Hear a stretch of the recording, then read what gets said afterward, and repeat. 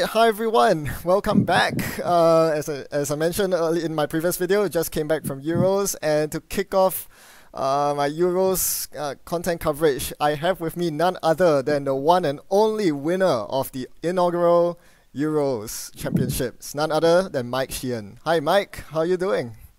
Hey Ben, I'm very well, thank you, and thanks for having me on. Yeah, and congrats, big congrats, taking down this, what, 223 player championship? That's crazy. Yeah, it was a big one. It's quite a shock to the system, I have to say. I'm still not fully there, still not fully accepting that it happened. Yes, I can completely empathize with that. Well done again. And today in this video we'll be glossing over the decks that you brought to the championship, but also do a commentary on your finals game versus Laurie, the game that won you the championship.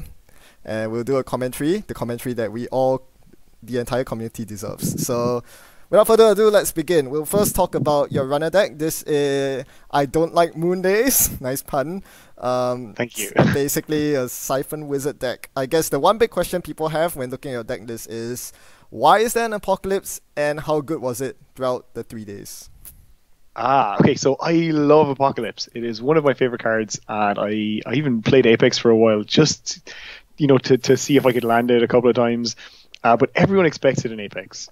So I think it's probably better in a faction where people maybe don't expect it. It was really useful, really useful. So I had a couple of games where it turned, like I would say, an even board state into a very dominant board state for me. And then I had one game in particular in the, let me see, it would have been winner's semi-final. It would have been against Johnny. Yes. And yeah, it changed the game from what was a certain loss to a win for me. So he had an ELP out. I'm going to say maybe 6 pieces of ice installed and like easily 10 assets.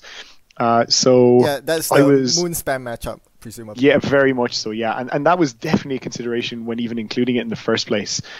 So I dirty laundried archives, and this was after feverishly drawing for run events or cards to get around the ELP. That's nice. So yeah, Yep. yeah. So dirty laundry archives just to get some money. Then I account siphoned, which he didn't res ice on HQ for. So he had I think there was a Fairchild resed already. So I broke that. And then I keyholed. Yes, Very unsuspecting keyhole.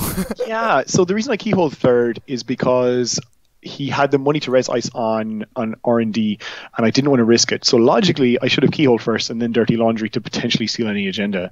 But yeah, the credit differential at the time meant it wasn't the best idea. So then I leaned over and I was like, look, I might not win this game, but this is my only out. And then I played Apocalypse. And then he went into the tank for like 2 minutes. We were 2 minutes from time. So he spent 2 minutes thinking, and he went credit, friends in high places, and installed ice on HQ and R&D. So ELP is still out. And then straight after that, I spend click 1 and 2 running HQ.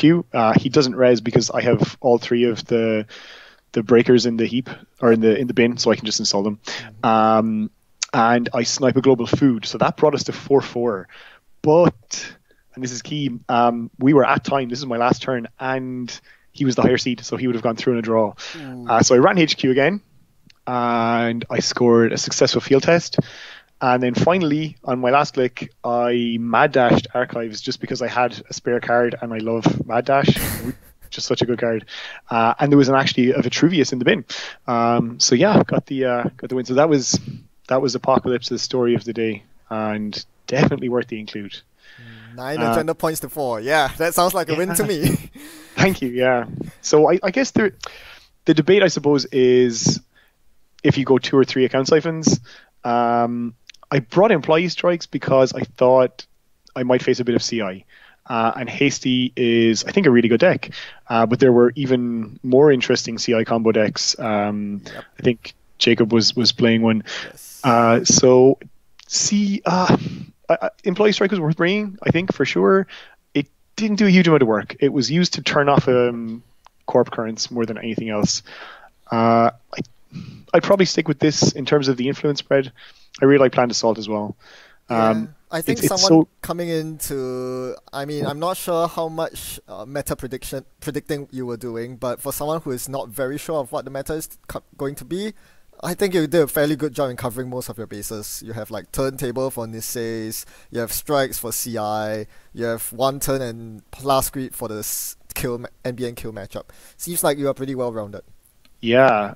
Turntable is really useful in one game in particular. So I think round 7 I was against Jez, who is down from the Edinburgh meta, and turn 1 he installs 3 remotes, which isn't unusual for HB in a Moons deck.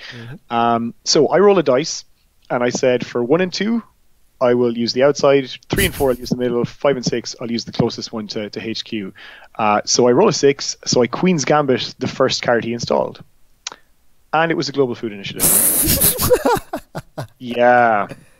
So what I managed to whittle him down a bit. I keyholed a couple of agendas, and then what I did was I mad dashed archives, stealing 4, but more importantly, turntabling a Vitruvius that I stole for the global food, which took him off of like a match point. So yeah, very useful.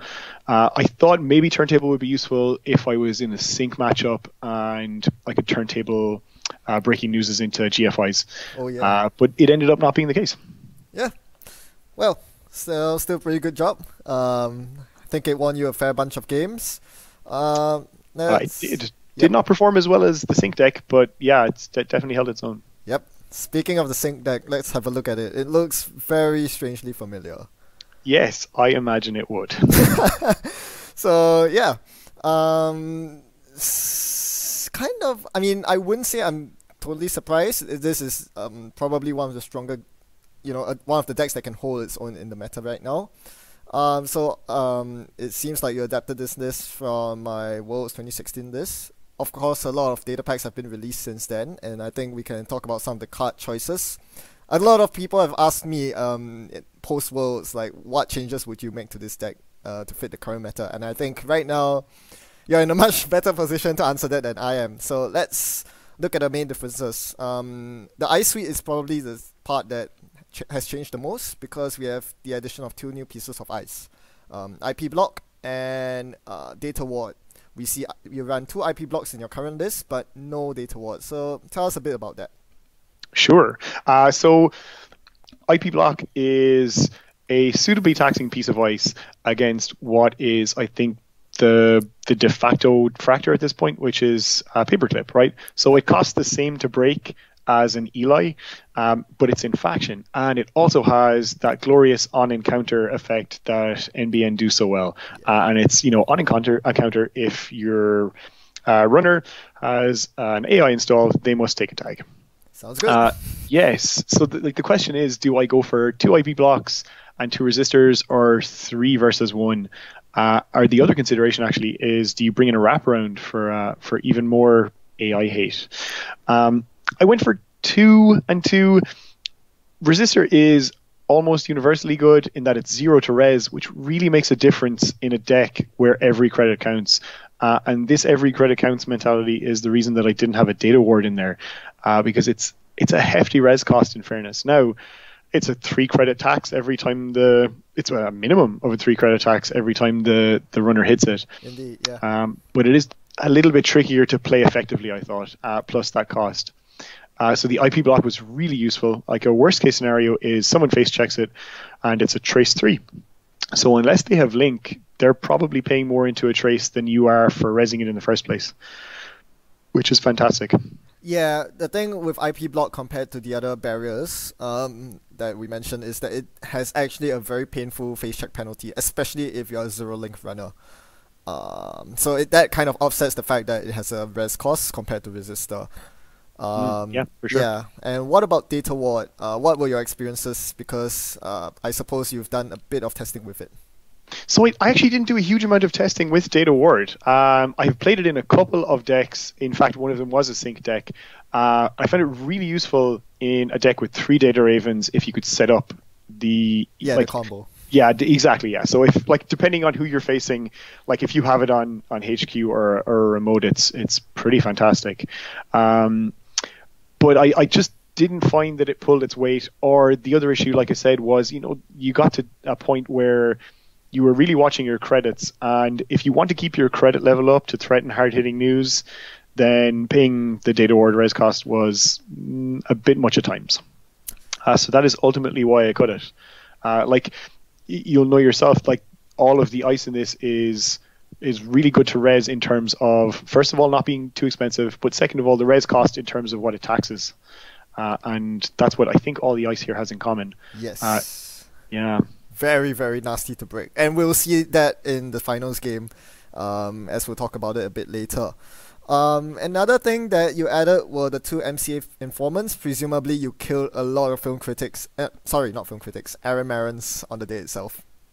Yes. Yeah. So MCA informant is, I think, what brought this deck from being in like the best place at Worlds, but then suffering because of Aaron Marin, to being something that was, again, a really strong deck in the meta. And it's got so many targets. So like you mentioned Film Critic. Film Critic is great if the runner thinks, you know what, I'm going to host this global food so it can't be swapped. Again, it shuts it off. And the other thing it shuts off is Caddy Jones.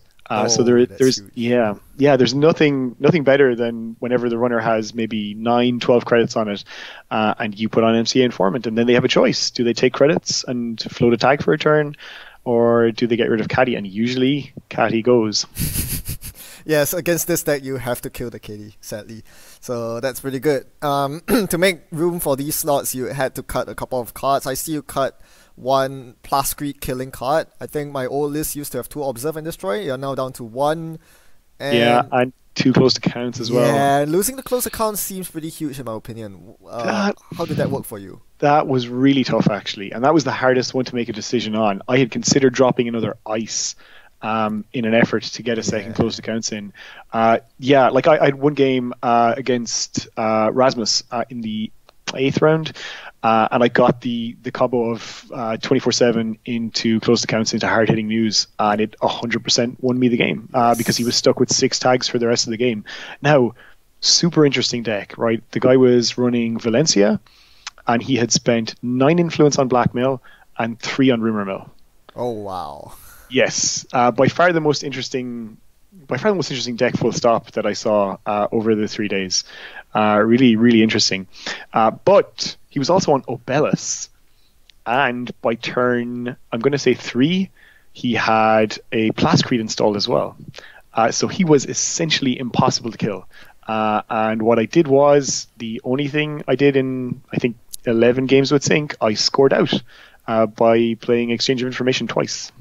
Hey, that is a legit way to win. I mean, it is. I did win most of my games in the cut at Worlds with scoring out as well. You'll be surprised how effective it is given the agenda suite. So yeah, that's a pretty... Yeah, you need to think on your feet based on what the runner does and what the cards they install. And it's good that you saw that out. Presumably you made one big turn where you exchange Archive Exchange to win. So I think they were about 3 turns apart. Okay. Yes. Well, whatever works. So, alright, so that's good. So that's it for covering your decks. In the following video, which I'll post shortly, we will talk about your finals game where you won as Sync in the grand finals. So catch us then, and thanks again, Mike. Thank you. Looking forward to it. Alright, yes, looking forward to it too. We'll see you there.